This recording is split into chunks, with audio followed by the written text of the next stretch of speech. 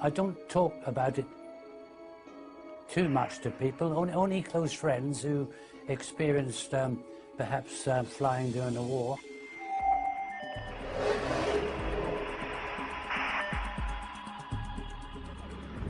Spring 1944.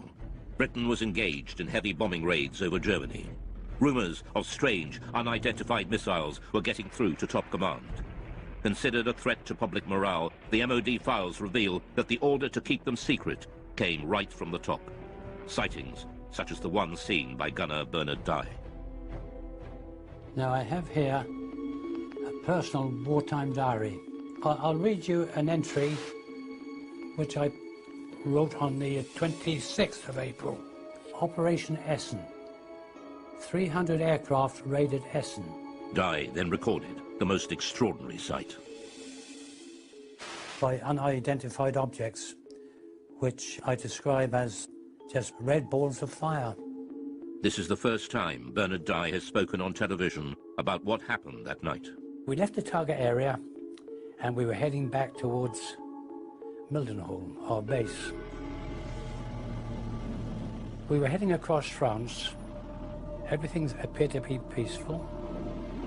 Suddenly I saw 3 balls of fire coming up from below and reported this to our pilot, Arthur Horton, on the intercom.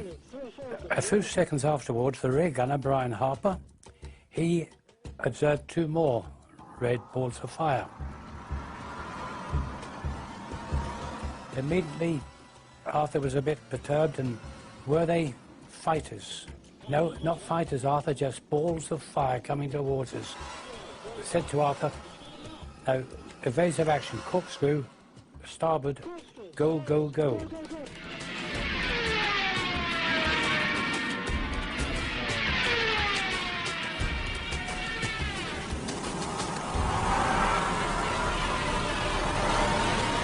We travelled over 300 miles per hour. The aircraft was shaking like a leaf, and still they were following. The pilot was getting worried about burning the engines up. Engineer, Dave, what about the engines? Never mind the engines, skipper. Keep going, or something to that effect. The words were rather rude. It certainly gave me and the crew the willies to see them. After a short distance, these 5 red objects, they just got slower, and the red lights disappeared into the blackness below, and we got safely home. Well, when we got back to Mildenhall, our base, you know, each crew is interrogated by intelligence officers, and they just laughed at us. And this upset the pilot, and, you know, he said, "You wouldn't bloody well have been laughing if you'd have been sitting with us in the aircraft." What did gunner Bernard Dye think they were? Didn't know what to think, but I thought they were just a new weapon that the Germans had invented. Bernard Dye was not alone. Other World War II aircrew had also reported unexplained sightings, and we now know that at least one of these reports was suppressed, and the order to do so came right from the top. Wartime Prime Minister Winston Churchill was so terrified the report would leak out, he ordered a 50-year blackout. Mr. Churchill declared that the UFO incident should be immediately classified for at least 50 years, and its status reviewed by a future Prime Minister. Churchill's order referred specifically to a late World War II sighting made by a British aircrew returning from a reconnaissance mission over Germany.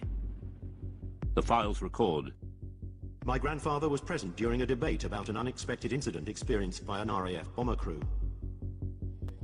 The MOD files show that the story originates from the grandson of Churchill's bodyguard, who had been present at an urgent meeting between the Prime Minister and the US commander of the Allied forces, General Eisenhower, who discussed the incident together. He was writing in to see if the ministry could confirm this story, that this guy who was the bodyguard was present at a discussion between Winston Churchill and Eisenhower about a mysterious incident when the crew of a Royal Air Force reconnaissance aircraft that had seen this metallic object that had appeared by the side of their aircraft, and it followed the aircraft, and it behaved in a way that was completely unexplainable in terms of it being, you know, a German aircraft or any other sort of Nazi flying machine that they were aware of. A leading aircraft expert was also at the meeting. He dismissed any possibility that it could be a missile, since a missile could not suddenly match its speed with a slower aircraft and then accelerate again. Churchill was determined this would go no further. Another person at the meeting raised the possibility of an unidentified flying object, at which point Mr. Churchill declared that the incident should be immediately classified. But the file goes further. One extraordinary line explains just how fearful Churchill was of public reaction to this UFO sighting, if it ever got out. This event should be immediately classified, since it would create mass panic amongst the general population and destroy one's belief in the church. But the files also reveal that this wasn't the first time Churchill had got embroiled in UFO sightings. In October 1912, there was sightings of mysterious lights in the sky over the dockyards at Sheerness in Essex. Winston Churchill was the First Lord of the Admiralty, and he had to look into this, and Churchill had to admit in Parliament that he couldn't explain what had been seen. The files show that even after the war, Churchill took a personal interest in unexplained sightings. In the aftermath of the sightings in Washington, D.C. in 1952, that made all the news headlines, Winston Churchill again became interested and sent the memo to the Secretary of State for Air. What does all this stuff about flying saucers amount to? What can it mean? What is the truth? Let me have a report at your convenience. Until now, Gunner Bernard Dye never knew there were other World War II sightings that Churchill wanted kept secret at such a critical time in the war. We showed him the newly released MOD file on Churchill. Well, after reading this report, it sounds, really identical to what we witnessed and saw that night. I haven't heard of this before, but it doesn't surprise me that he was told about it, because things happened during the war years, and there were other objects obviously appeared.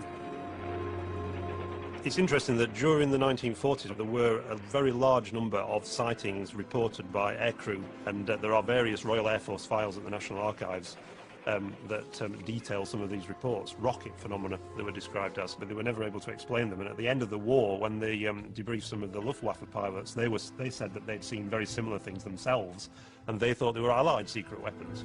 The files show that the World War II leaders were desperate to keep such sightings away from the public.